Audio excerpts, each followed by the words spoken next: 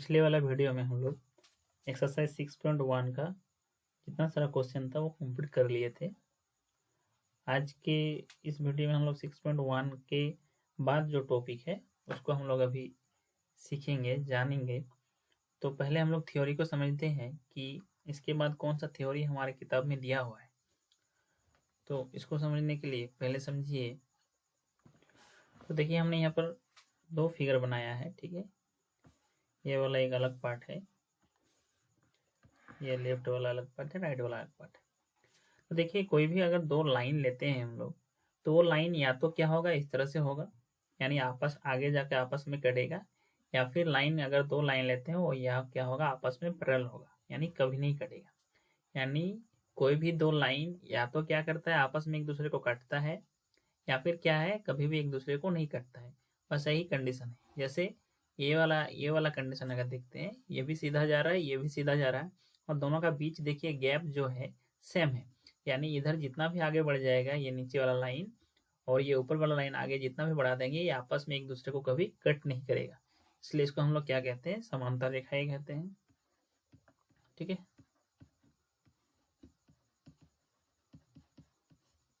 अब देखिए ये दो लाइन का बात करें, अगर इसको आगे बढ़ाते हैं और इसको भी आगे बढ़ाते हैं, तो ये हमको समझ में आ रहा है कि आगे जाके कहीं ना कहीं ये कटेगा। जैसे मान के चलिए इसको हम आगे बढ़ा दिए और इसको आगे बढ़ा रहे हैं, तो देखिए आगे जाके कहीं ना कहीं कटेगा, ठीक है।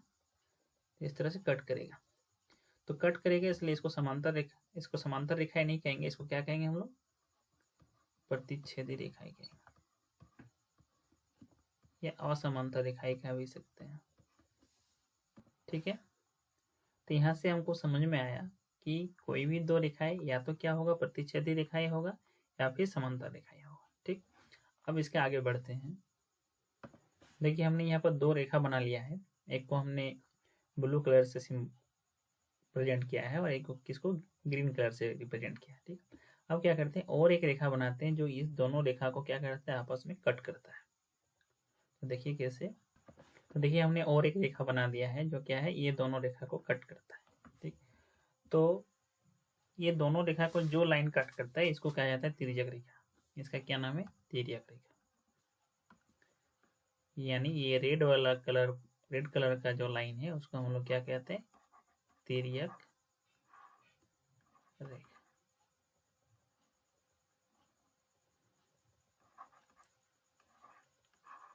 क्लियर है, इसको हम लोग तिर्यक रेखा कहते हैं। अब देखिए इसका हम लोग नाम दे देते हैं एम, इस रेखा का, और इस रेखा का नाम दे देते हैं एन, और इस रेखा का नाम दे देते हैं एल। तिर्यक रेखा वाला का नाम दे देते हैं क्या, एल, ठीक।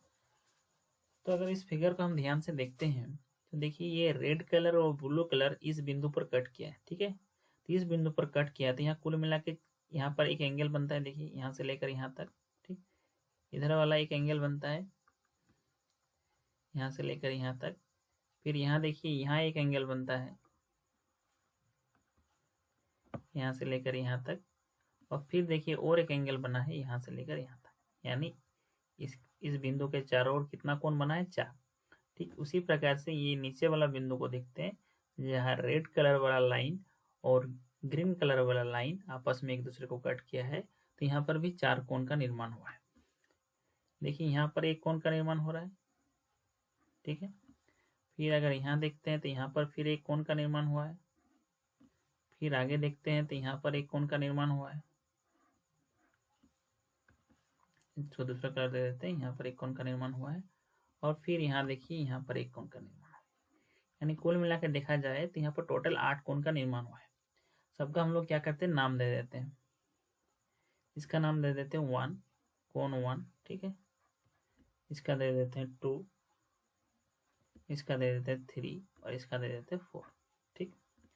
तो ठीक उसी प्रकार से ये वाला कितना हो गया, 5, ये वाला 6, ये वाला 7, और ये वाला 8, ठीक। टोटल कितना कोण हो गया, 8 कोण। सबका हम लोग नाम दे दिए, ठीक। तो ये 8 कोण में से देखिए, जैसे मान के चलिए एक कमरा है, इस कमरे को जो अंदर रहेगा उसको हम लोग क्या कहेंगे कि इस कमरे के अंदर कोई पॉइंट है तो इसको क्या कहते हैं, अंदर वाला पॉइंट, ठीक है। ठीक उसी प्रकार से देखिए ये जो ब्लू वाला लाइन है और ये जो ग्रीन वाला लाइन है इसको अगर देखते हैं तो ये दोनों के अंदर, ठीक है, ये दोनों के अंदर देखिए ये एक पार्ट बढ़ रहा है, यहाँ से लेकर ये वाला पार्ट, ये पूरा पार्ट, ये पूरा पार्ट, ठीक है, पूरा पार्ट, ठीक है, ये अंदर वाला पार्ट है, जैसे रूम होता है ना, ठीक उसी प्रकार से, ठीक। तो ये अंदर वाला पार्ट है, अंदर में कौन कौन सा एंगल है देखिए, तो ये 3 अंदर में है, उसके बाद 4 अंदर में है, फिर 5 अंदर में है और 6 अंदर में है, ठीक है, ये दोनों लाइन के अंदर, एम और एन के अंदर में है। और फिर अगर एंगल 1, 2 और 7 और 8 का बात करें तो ये दोनों लाइन के क्या है, बाहर में है। तो जो एंगल लाइन के अंदर में है उसको हम लोग कहते हैं अंत कोण, और जो एंगल लाइन के बाहर में है उसको हम लोग क्या कहते हैं, बाह्य कोण। तो यहाँ पर हम लोग लिख लेते हैं कि अंत कोण क्या क्या है और बाह्य कोण क्या क्या है। यहाँ पर अंत कोण,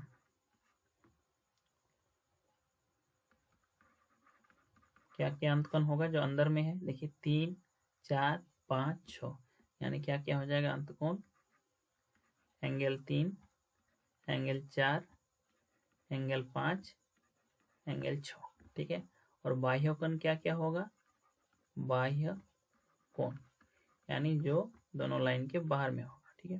देखिए ये ग्रीन लाइन के बाहर इधर है और ये ब्लू लाइन के बाहर में एंगल 1 और 2 है, तो क्या क्या हो जाएगा बाह्य कोण, एंगल 1, एंगल 2, एंगल 7 और एंगल 8। ये 4 कोण देखिए, आप देख के भी समझ सकते हैं कि ये 4 कोण जो है वो अंदर में है और ये 4 कोण जो है वो बाहर में। अंदर में है इसलिए उसको क्या कहते हैं, अंत कोण, बाहर में है इसलिए इसको क्या कहते हैं, बाह्य कोण। तो इसका अगर अंग्रेजी आप लोग अगर नाम जानना चाहेंगे तो अंत कोण का अंग्रेजी होता है इंटीरियर एंगल, इंटीरियर एंगल, ठीक है। और बाह्य कोण का अंग्रेजी होता है एक्सटीरियर एंगल, ठीक है, एक्सटीरियर एंगल, ठीक। तो यानी यहाँ से आप लोगों को अंत कोण और बाह्य कोण समझ में आ गया होगा। अब इसके आगे बढ़ते हैं। अब देखिए इसके आगे हम लोग देखेंगे कि जिस तरह से यहाँ पर देखिए इस बिंदु के चारों ओर 4 कोण बना है, उसी तरह इस बिंदु के चारों ओर 4 कोण बना है।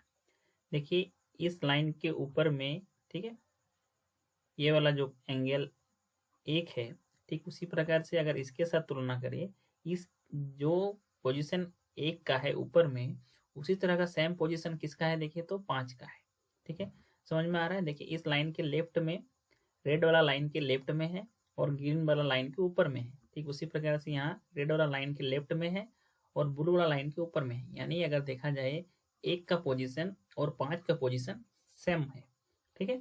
ठीक उसी प्रकार से एंगल 2 का पोजीशन और एंगल 6 का पोजीशन एक ही जगह पे है, ठीक है। अगर ये वाला और इसके बीच तुलना करें, कैसे, जैसे ये देखिए एंगल 2 जो है वो क्या है कि ये वाला जो लाइन है, ब्लू वाला लाइन और रेड वाला लाइन के, ब्लू वाला लाइन के ऊपर, रेड वाला लाइन के राइट साइड। ठीक उसी प्रकार से एंगल 6 जो है ग्रीन वाला लाइन के ऊपर और रेड वाला लाइन के दाएं साइड, ठीक है। यानी एंगल 2 जिस पोजीशन पे है, यहाँ पर एंगल 6 उसी पोजीशन पे है, ठीक। ठीक उसी प्रकार से अगर एंगल 4 का बात करें, ये कलर दूसरा ले लेते हैं, एंगल 4 का बात करते हैं तो ठीक उसी प्रकार उसी पोजीशन पे कौन है, नीचे एंगल 8 है, ठीक। और यहाँ पर अगर 3 का बात करते हैं तो उसी पोजीशन पे कौन है, 7 है, ठीक है। तो देखिए ये जो सेम पोजीशन पे दिख रहा है ना, ऊपर वाला और नीचे वाला के साथ कंपेयर कर रहे हैं, और सेम पोजीशन पे जो एंगल है वो सब एंगल को हम लोग क्या कहते हैं, संगत कोण। क्या कहते हैं, संगत कोण, पहला पॉइंट, ठीक। संगत कोण का अंग्रेजी होता है कॉरस्पॉन्डिंग एंगल, कॉरस्पॉन्डिंग एंगल, ठीक है। अब देखिए कॉरस्पॉन्डिंग एंगल क्या क्या हो जाएगा, 1 नंबर लिखते हैं 1 का, कि जो एंगल 1 का पोजीशन है वो किसके पोजीशन के साथ बराबर है, एंगल 5, यानी एंगल 1 और एंगल 5, ठीक है। ये पहला संगत कोण का जोड़ा हो गया, ठीक। दूसरा नंबर देखते हैं, चलो एंगल 2 जिस जगह पे है यहाँ पर एंगल कौन है, 6, यानी एंगल 2 और एंगल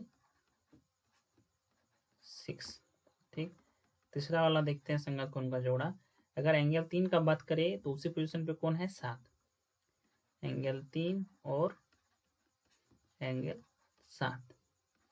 एंगल 4 का बात करें तो यहाँ पर कौन सा एंगल के साथ संगत होगा, एक ही पोजीशन पे एंगल 4 और एंगल 8। ठीक है, बस संगत कोण में ये याद रखिएगा पोजीशन सेम होगा। ठीक है, भले वो मतलब ऊपर वाला लाइन के लिए हो या नीचे वाला लाइन के लिए हो, वो मैटर नहीं करता। ठीक, तो संगत कोण को याद रखने के लिए आप लोग क्या कीजिएगा, इस तरह से ऐप को याद रखिएगा। ठीक है, ये आप लोग कैपिटल ऐप लिखते हैं ना, बस इसको थोड़ा सा नहीं लिखते, ये हम लिख दिए हैं। तो कैपिटल ऐप को जैसे हम लोग लिखते हैं, थोड़ा इसको हम लोग और बड़ा करके लिख लेते हैं, सुविधा होगा। ये वाला कैपिटल ऐप हो गया। ठीक है, अब देखिए ये कैपिटल ऐप लिखते हैं तो ये वाला अगर पोर्शन लेंगे तो कौन सा पोर्शन लेना होगा, ये वाला। ठीक, तो देखिए यहाँ पर नीचे वाला अगर ले रहे हैं, यहाँ पर ऐप दिखाई दे रहा है, यहाँ पर ऐप देखिए, ये रेड वाला को ले रहे हैं और ये ब्लू वाला को ले रहे हैं, ये ग्रीन वाला को ले रहे हैं। देखिए ऐप का निर्माण हो रहा है, तो नीचे 7 वाला लेंगे तो यहाँ नीचे कौन वाला होगा, 3। ठीक, ठीक उसी प्रकार से अगर ये ऊपर वाला लेंगे तो ये वाला क्या होगा, ऊपर वाला ही होगा, यानी 6 और किसके साथ होगा, 2 के साथ। अब ऐप को हम उल्टा साइड से लिखते हैं, उल्टा साइड से भी आपको लिख सकते हैं ना, ऐसे, ये वाला उल्टा ऐप हो गया। ठीक, अब ये वाला नीचे वाला लेंगे तो ये वाला क्या लेना होगा, नीचे वाला, यानी यहाँ पर 8 लेंगे नीचे वाला, तो यहाँ पर किसको लेना होगा, 4 को। देखिए इसलिए 8 और 4। अगर ये वाला ऊपर वाला लेंगे यहाँ पर, तो यहाँ पर भी क्या लेना होगा, ऊपर वाला, यानी एंगल 5 का किसके किसके साथ संगत कोण कहलाएगा, एंगल 1 के साथ। ठीक, एंगल 1 और एंगल 5। तो संगत कोण आशा करते हैं आप लोगों को समझ में आया होगा। ठीक, अब संगत कोण के बाद हम लोग नेक्स्ट पॉइंट देखते हैं। ये वाला अगर ए दे देते हैं, ठीक, दूसरा वाला दे देते हैं बी। देखिए हमने अभी जस्ट समझा कि अंत कोण किसको किसको कहेंगे, जो अंदर में है उसको अंत कोण। अंदर में कौन कौन है, एंगल 3, एंगल 4, एंगल 5, एंगल 6। अब देखिए जैसे हम लोग क्या करते हैं, एक चतुर्भुज का नाम लिखते हैं तो सीरियल वाइज लिखते हैं कि नहीं। जैसे अगर ये चतुर्भुज है कोई भी, तो हम लोग क्या करते हैं, ए लिखते हैं, फिर क्या होता है, ऐसा नहीं होता है कि डायरेक्ट यहाँ पर बी लिखते हैं, एक सीरियल वाइज होता है। या तो बी को यहाँ लिखेंगे, फिर सी लिखेंगे यहाँ, फिर यहाँ डी लिखेंगे। अगर ऐसा नहीं करेंगे तो हम लोग क्या करेंगे, बी को क्या कर सकते हैं, बी को इस जगह पे लिख सकते हैं, फिर सी और फिर डी। ठीक है, यानी एक सीक्वेंस वाइज हम लोग चलते हैं। ठीक, उसी प्रकार से यहाँ पर जो एंगल हम लोग देखेंगे, देखिए अगर यहाँ से शुरू करेंगे या तो ऐसे आएंगे, 3 ऐसे आएंगे, फिर ऐसे जाएंगे, फिर ऐसे जाएंगे, फिर ऐसे जाएंगे। ठीक है, ये एक सीरियल वाइज हो रहा है। ठीक, या फिर हम लोग क्या कर सकते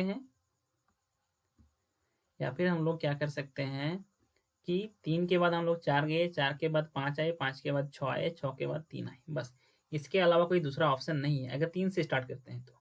ठीक, तो यानी हम क्या करेंगे, सीरियल वाइज जाएंगे।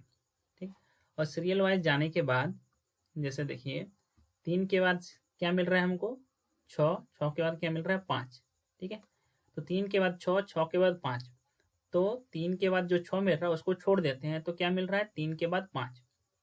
ठीक है, यानी ये वाला अंदर वाला कोण है, इसलिए इसका नाम तो पहली बात है कि अंत कोण है ही।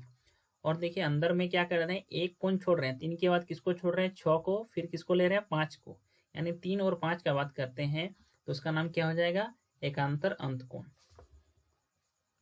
एकांतर अंत कोण, देखिए नाम से ही समझ में आ रहा है, एकांतर मतलब एक का अंतर रहेगा, अंत कोण मतलब अंदर वाला कोण। जो 3 है, 3 के बाद क्या होगा, अंदर वाला कोण 6, 6 के बाद 5, तो 3 के बाद 1 छोड़ देना है, 1 का अंतर रखना है, तो 3 के बाद किसको छोड़ देंगे, 6 को, उसके बाद किसको लेंगे, 5 को, यानी क्या हो जाएगा, एक नंबर क्या हो जाएगा, एंगल 3 और क्या हो जाएगा, एंगल 5, क्या हो जाएगा, एकांतर अंत कोण। दूसरा वाला बात करते हैं, अगर हम लोग क्या करते हैं, एंगल 6 से देखते हैं, क्या है, 6 से देखते हैं, तो 6 के बाद क्या हो सकता है, या तो 6 के बाद 3 जाए, फिर क्या जाएंगे 4, या 6 के बाद 5 जाए या फिर 4। देखिए 2 ही रास्ता है जाने का, ऐसे जा सकते हैं हम लोग, फिर ऐसे आएंगे। ठीक, तो या फिर क्या कर सकते, 6 से किधर जाए, 5 जाए, फिर किसके पास जाए, 4 के पास जाए। ठीक है, तो किसी एक रास्ता से हम लोग जाएंगे, लेकिन सीरियल वाइज जाएंगे। तो अगर 6 से शुरू करते हैं, इस रास्ता में आते हैं, तो 6 के बाद हमको क्या मिलेगा, 3, 3 के बाद क्या मिलेगा, 4, लेकिन हमको क्या करना है, एक का अंतर रखना है, यानी एक को छोड़ना है। मैं 6 के बाद 3 नहीं लेके क्या लेंगे, एंगल 4, 6 और एंगल कितना, 4। अगर हम इधर से भी आते हैं कि 6 के बाद अगर 5 में आते हैं फिर क्या जाते हैं 4, तो 6 के बाद किसको छोड़ देंगे, 5 को छोड़ देंगे, फिर किसको लेंगे 4, यानी 6 और 4 बात बराबर है। किसी भी रास्ता पे से जाइए आप, एकांतर अंतकोण यही बनेगा। ठीक है, तो एकांतर अंतकोण के नाम से ही आपको समझ में आ रहा होगा कि कैसे लिखना है। पहली बात, अंत कोण है इसलिए अंदर वाला कोण लेंगे, और एकांतर मतलब एक लेंगे, एक छोड़ेंगे, फिर एक लेंगे। ठीक है, तो एकांतर अंतकोण का अंग्रेजी अगर आप लोग नाम लिखना चाहेंगे तो यहाँ पर हो जाता है अल्टरनेट इंटीरियर एंगल।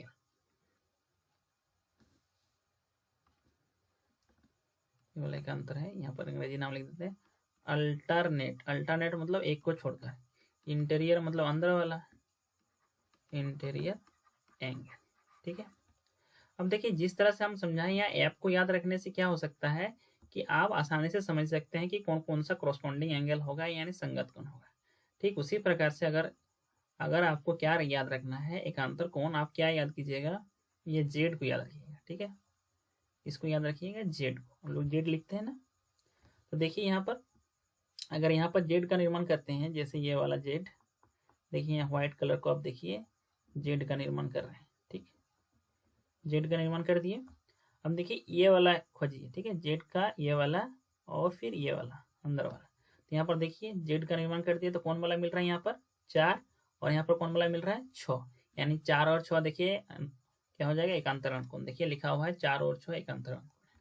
ठीक है, अब देखिए जेड जो है वो पलट भी सकता है। ठीक है, यानी जेड को ऐसा भी लिखा जा सकता है। ठीक, उल्टा जेड। तो उल्टा जेड अगर लिखेंगे तो फिर क्या हो जाएगा, ये वाला कोण और ये वाला कोण क्या हो जाएगा, एकांतर अंतकोण। तो उल्टा जेड यहाँ पर हम लिख रहे हैं, पहले ये आगे जो जेड लिखे इसको मिटा देते हैं इस फिगर में। तो देखिए उल्टा जेड अगर लिखेंगे तो ऐसे लिखेंगे हम लोग, ऐसे देखिए सफेद वाला कलर को आप देखिए ठीक से, ऐसे आएंगे फिर ऐसे आएंगे। ठीक, तो यहाँ पर कौन कौन सा कोण बन रहा है देखिए, तो अंदर में ये वाला और कौन सा, ये वाला। ठीक, जैसे यहाँ पर देखिए, यहाँ पर कहाँ डिनोट किए, ये वाला एंगल और ये वाला एंगल। ठीक, तो यहाँ पर क्या हो रहा है, किसके पास बन रहा है, 3 के पास, और कौन सा एंगल बन रहा है 5, यानी देखिए एंगल 3 और एंगल 5 क्या हो जाएगा, एकांतर अंतकोण। समझ में आ गया। जिस तरह से एकांतर अंतकोण हुआ उसी तरह से क्या हो जाएगा, एकांतर बाह्य कोण, यानी बाह्य कोण को लेंगे और क्या करेंगे, एक एंगल लेंगे और एक को छोड़ देंगे। ठीक है, उसको देखते हैं हम लोग, देखते हैं एकांतर बाह्य कोण। ठीक है, बी देख लिए हम लोग, अब ये वाला पॉइंट दे देते हैं सी। ठीक है, इसमें हम लोग क्या देखेंगे, एकांतर बाह्य कोण। देखिए नाम से ही पता चल रहा है कि आपको पहले क्या करना है, बाह्य कोण देखना है और साथ ही साथ एक को छोड़ते हुए देखना है। ठीक, तो यहाँ पर बाह्य कोण क्या क्या है, इसका अंग्रेजी नाम लिख देते हैं। क्या हो जाएगा अंग्रेजी नाम, अल्टरनेट। एकांतर का अंग्रेजी क्या होता है, अल्टरनेट। अल्टरनेट बाह्य कोण का अंग्रेजी हम लोग सीखे थे अभी, एक्सटेरियर एंगल। ठीक, अब देखिए बाह्य कोण यहाँ पर कौन कौन है, एंगल 1, एंगल 2, फिर क्या हो जाएगा एंगल 7 और एंगल 8। ठीक है, तब क्या करेंगे, बाह्य कोण को लेंगे लेकिन एकांतर यानी एक को छोड़ के, यानी एंगल 1 लेंगे, फिर एंगल 1 के बाद क्या एंगल मिल रहा है, देखिए एंगल 2, फिर 2 के बाद कौन सा एंगल मिल रहा है 7। ठीक है, यानी सिर्फ हमको बाहर वाला ही देखना है, तो बाहर में क्या मिल रहा है 7, यानी 1 के बाद 2 को नहीं लेना है, फिर किसको लेना है 7 को, यानी 1 और 7 क्या हो जाएगा, एकांतर बाह्य कोण, यानी एंगल 1 और एंगल 7। ठीक, उसी प्रकार से अब अगर 2 से स्टार्ट करते हैं, ठीक है, अगर 2 से स्टार्ट करते हैं तो क्या हो जाएगा, पहले इसको मिटा देते हैं। 2 से स्टार्ट करते हैं, देखिए 2 के बाद क्या मिलेगा 7, 7 के बाद क्या मिलेगा 8, तो 2 के बाद 7 मिल रहा है, एक को छोड़ना है यानी 7 को छोड़ेंगे, यानी 2 के साथ किसका हो जाएगा 8 का, यानी एंगल 2 और एंगल 8 जो है वो क्या है, एकांतर बाह्य कोण। तो आशा करते हैं आप लोगों को एकांतर बाह्य कोण समझ में आया होगा। ठीक है, अब हम लोग नेक्स्ट देखते हैं डी नंबर पे, तिर्यक रेखा के एक ही ओर के अंतकोण। तिर्यक रेखा के एक ही ओर के अंतकोण, एक ही ओर के अंत कोण। ठीक है, देखिए नाम से पता चल रहा है तिर्यक रेखा कि एक ही ओर के अंत कोण। तिर्यक रेखा यहाँ दिखाई दे रहा है, कौन सा है तिर्यक रेखा? रेड वाला है ना। देखिए नाम दिए है रेड वाला लाइन का तिर्यक रेखा। तो तिर्यक रेखा के एक ही ओर के अंत कोण, किसका बात हो रहा है? अंदर वाला कोण का। तो तिर्यक रेखा के एक ही ओर के अंत कोण मतलब या तो हम लोग लेफ्ट वाला एंगल देखेंगे या फिर राइट वाला एंगल देखेंगे, ठीक है। जैसे ये रेड वाला लाइन है, इसके लेफ्ट में क्या क्या एंगल है? एंगल 1, एंगल 4, एंगल 5 और एंगल 8।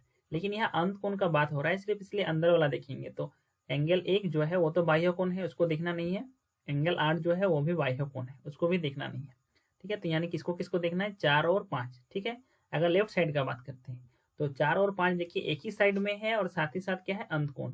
इसलिए इसको क्या कहेंगे? 4 और 5 को तिर्यक रेखा के एक ही ओर के अंत कोण।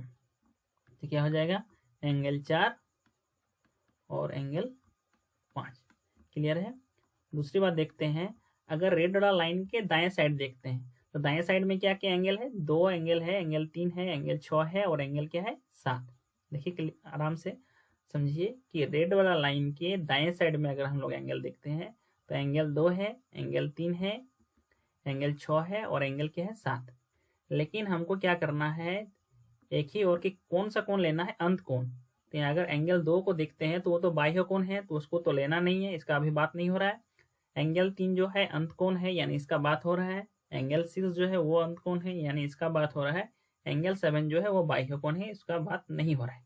यानी एक ही ओर के अंत कोण अभी और कौन कौन हो जाएगा? 3 और 6, जो कि क्या है? रेड कलर के दाएं साइड में है, इसलिए वो एक ही साइड में है, साथ ही साथ क्या है? वो अंत कोण है।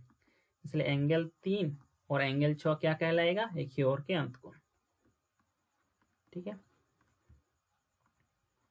ये आपका कॉन्सेप्ट हुआ, ठीक है। ये जो 8 एंगल जो बन रहा है, इस 8 एंगल में से किसका क्या नाम है ये हम समझे, ठीक। बस आप लोग क्या कीजिएगा कि अधिकतर हम लोग क्वेश्चन में किसका किसका यूज होगा कि एकांतर कोण का यूज होगा और किसका यूज होगा? कोरस्पॉन्डिंग एंगल यानी संगत कोण का यूज होगा, ठीक है। तो एकांतर कोण के लिए हम क्या समझाए, कैसे याद रखना है कि ये जो जेड है, जेड का निर्माण हो रहा है, वो जेड को याद रखना है बस। एकांतर कोण के लिए किसका निर्माण होगा? तो किसको खोजना है? जेड खोजना है। या तो जेड होगा या उल्टा जेड होगा, ठीक। और संगत कोण के लिए क्या देखेंगे हम लोग? एफ देखेंगे। बस इसको आप ये दो दे रहे हैं एफ और जेड, इसको आप क्या कीजिए माइंड में सेटिंग कर लीजिएगा, तो वहां खोजने में, फिगर में खोजने में आपको दिक्कत नहीं होगा, ठीक है। ऐसे नाम से बहुत बढ़िया से समझा दिए हैं, आशा करते हैं नाम से भी दिक्कत नहीं होगा। अगर नाम से दिक्कत हो तो ये एफ वाला सिंबल संगत कोण के लिए यूज कीजिएगा और एकांतर कोण वाला के लिए जेड सिंबल यूज कीजिएगा, ठीक है। तो आपको पता चल जाएगा कि कौन क्या एंगल है, ठीक है। अब देखिए यहाँ पर जो हम लोग बात कर रहे थे, ये जो लाइन एम है और ये जो लाइन एन है, देखिए अगर इसको अगर देखेंगे ध्यान से, अगर एम आगे बढ़ेगा, एम को आगे बढ़ाते हैं और एन को भी आगे बढ़ाते हैं तो ये आगे जाके क्या होगा? कटेगा, ठीक है। अब हम लोग क्या सीखेंगे कि ये एम और एन को पैरेलल लेते हैं तो क्या क्या कंडीशन होगा, उसको आगे हम लोग देखेंगे। देखिए इसके पिछले वाला फिगर में ठीक इसी प्रकार का फिगर था, बस सिर्फ अंतर क्या है कि ये जो मान के चलिए इस लाइन का नाम क्या है? एम है, और इस लाइन का क्या नाम है? एन, और इसको हम लोग क्या माने थे? एल ही माने थे। बस अगर पीछे वाला फिगर देखे तो अंतर क्या था कि देखिए ये जो एम और एन है अभी क्या है? ये पैरेलल है, यानी आपस में कभी कटेगा नहीं, ठीक है। अब यहाँ पर जो हम लोग फिगर देखे थे, देखिए ये पैरेलल नहीं था। अगर एम को आगे बढ़ाए और एन को आगे बढ़ाए तो आगे कट जाएगा, ठीक है। अब देखिए ये जो नाम हम लोग सीखे अभी 1 2 3 4, ये देखिए 3 4 नाम सीखे, ठीक है। तो वो नाम यहाँ पर भी इस फिगर के लिए भी नाम सेम ही होगा। संगत कोण ही होगा, जिसको संगत कोण कहते हैं वो ही संगत कोण रहेगा। एकांतर अंत कोण वही होगा, एकांतर बाह्य कोण वही होगा, तिर्यक रेखा के एक ही ओर का अंत कोण वही होगा, ठीक है। सारा चीज सेम रहेगा। अगर ये पैरेलल दिया हुआ रहेगा तो हमको कुछ चीज इसके साथ साथ और एक्स्ट्रा हम लोग प्राप्त कर सकते हैं, ठीक है। यहाँ पर क्या है कि एम जो है वो पैरेलल है किसका? एन का, ठीक। तो हम लोग यहाँ पर नाम दे देते हैं, पहले इसका क्या नाम दे देते हैं? एंगल 1, ये वाला एंगल क्या दे देते हैं? 2, ये वाला एंगल का नाम दे देते हैं 3, दिख नहीं रहा है दूसरा कलर ले लेते हैं, ये वाला एंगल का नाम 3, और ये वाला एंगल का नाम क्या दे देते हैं, 4। ठीक है, ये वाला एंगल का नाम 4। ठीक, उसी प्रकार से ये वाला एंगल कितना हो जाएगा, 5। ये वाला एंगल कितना हो जाएगा, 6। ये वाला एंगल कितना हो जाएगा, 7। और ये वाला एंगल को कितना दे देते हैं, 8। ठीक है, ये 8 एंगल हो गया, कुल मिला के 8 ही एंगल बनता है। तो देखिए इसके पिछले वाला फिगर में क्या हुआ था, पैरेलल दिया हुआ नहीं था, लेकिन यहाँ पर पैरेलल दिया हुआ है। यहाँ पर लिखते हैं यदि m पैरेलल टू n तो क्या होगा। तो हम लोग सीखे थे संगत कोण। ठीक है, तो 1 नंबर संगत कोण क्या होगा, बराबर होगा, संगत कोण बराबर होगा, बराबर होगा। ठीक है, पहला कंडीशन। दूसरा कंडीशन क्या होगा, एकांतर कोण भी बराबर होगा। देखिए वहां पर एकांतर कोण सीखे थे, लेकिन वहां पर बोले नहीं थे कि बराबर होगा, लेकिन अगर m पैरेलल टू n दिया हुआ है तो हम लोग कह सकते हैं कि एकांतर कोण क्या होगा, बराबर होगा। एकांतर कोण बराबर होगा। ठीक है, या होंगे, जो लिखना है। तीसरा हम लोग क्या सीखे थे कि एक ही ओर के अंत कोण। ठीक है, तो एक ही ओर के अंत कोणों का योगफल 180 डिग्री होगा। एक ही ओर के अंत कोण, एक ही तिर्यक रेखा के एक ही ओर के अंत कोण लिखते हैं, तिर्यक रेखा के एक ही ओर के अंत कोण, एक ही ओर के अंत कोण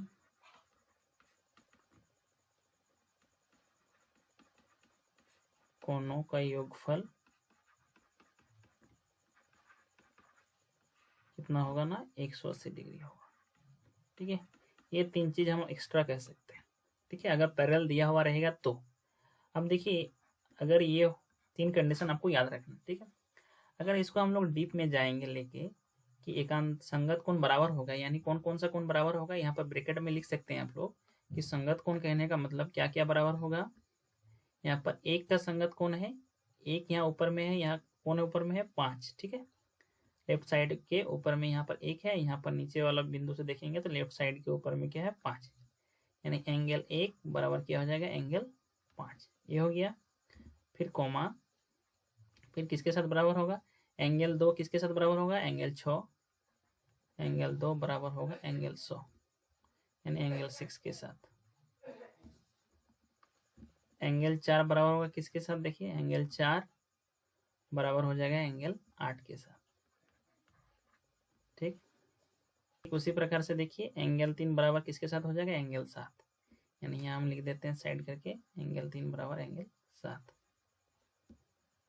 एंगल 3 बराबर एंगल 7।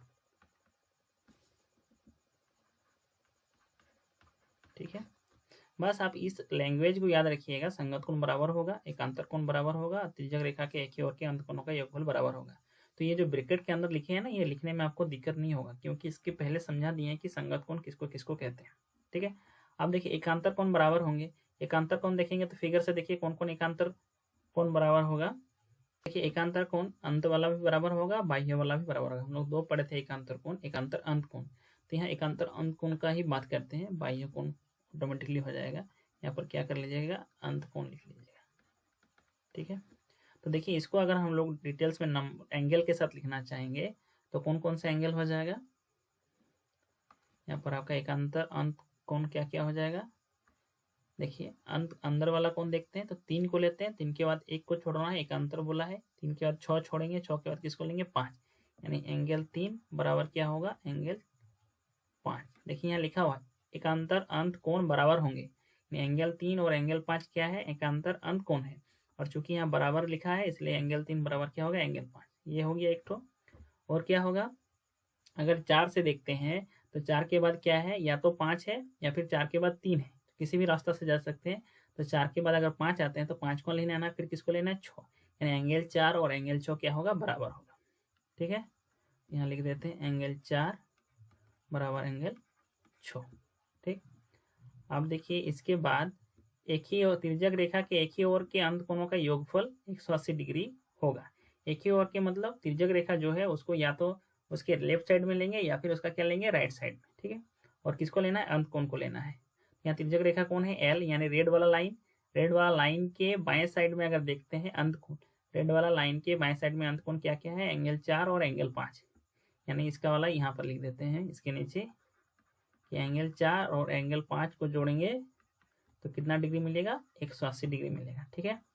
ठीक उसी प्रकार के रेड वाला लाइन के दाएं साइड में अंत कोण देखते हैं, तो दाएं साइड में क्या क्या कोण है, 2, 3, 6, 7, लेकिन हमको अंदर वाला लेना है इसलिए 3 और 6, इसलिए क्या हो जाएगा, एंगल 3 और एंगल 6 को जोड़ेंगे क्या हो जाएगा, 180 डिग्री हो जाएगा। ये जो समझा है ना, ये आप बहुत बढ़िया से नोट कर लीजिए, ये पूरा चैप्टर में तो काम आएगा ही, साथ ही साथ आप इसके आगे जहां तक मैथ पढ़िएगा वो सब में ये सब क्या आने वाला है, काम आने वाला है, ठीक है। अब देखिए बस यही 3 कंडीशन आपको याद रखना है, ठीक। तो हमने क्या सीखा कि यदि m पैरेलल टू n दिया हुआ हो तो, ठीक है, पर हो लिख सकते हैं, ठीक। तो ये पैरेलल अगर दिया हुआ है तो ये 3 कंडीशन होता है। यहाँ तक जो हमने सीखा इसको आप लोग क्या कर लीजिए, बहुत ही अच्छा से दिमाग में इस कॉन्सेप्ट को बिठा लीजिए, ठीक है, अच्छा से समझ लीजिए, 1-2 बार लिख के प्रैक्टिस भी कीजिए कि कौन एंगल का क्या क्या नाम है, ठीक है, और क्या क्या प्रॉपर्टी है। इसके आगे हम लोग क्या करेंगे, जब ये आप कॉन्सेप्ट आप लोगों को क्लियरली समझ में आ जाएगा, माइंड में बैठ जाएगा, तो हम लोग एक्सरसाइज को शुरू करेंगे, ठीक है। और अगर एक बार में आपका दिमाग में नहीं बैठता है तो इस वीडियो को कृपया करके 2 बार देख लीजिए, ये पूरा लाइफ में जब तक मैथ पढ़िएगा ये आपका काम आने वाला है। आज की इस वीडियो में यहीं तक रखते हैं।